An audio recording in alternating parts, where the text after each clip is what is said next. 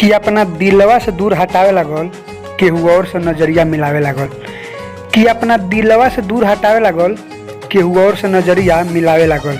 अब केकरा सहारे जी है गोलुआ, ओकर जान केहू और से बतियावे लागल।